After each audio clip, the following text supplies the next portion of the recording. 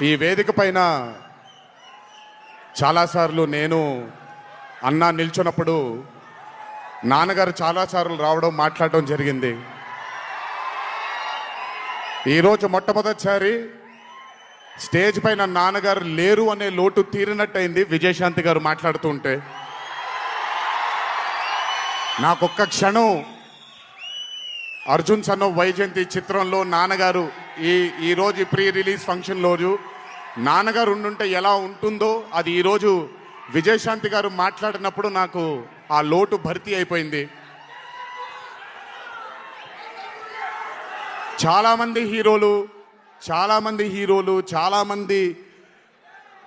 చాలామందికి రంజింపజేసి చాలామందిని అభిమానులు చొరగొన్నాం. కానీ ఏ రోజు కూడా ఒక మహిళ విజయశాంతి గారు సాధించినటువంటి గొప్పతనం ఏ మహిళ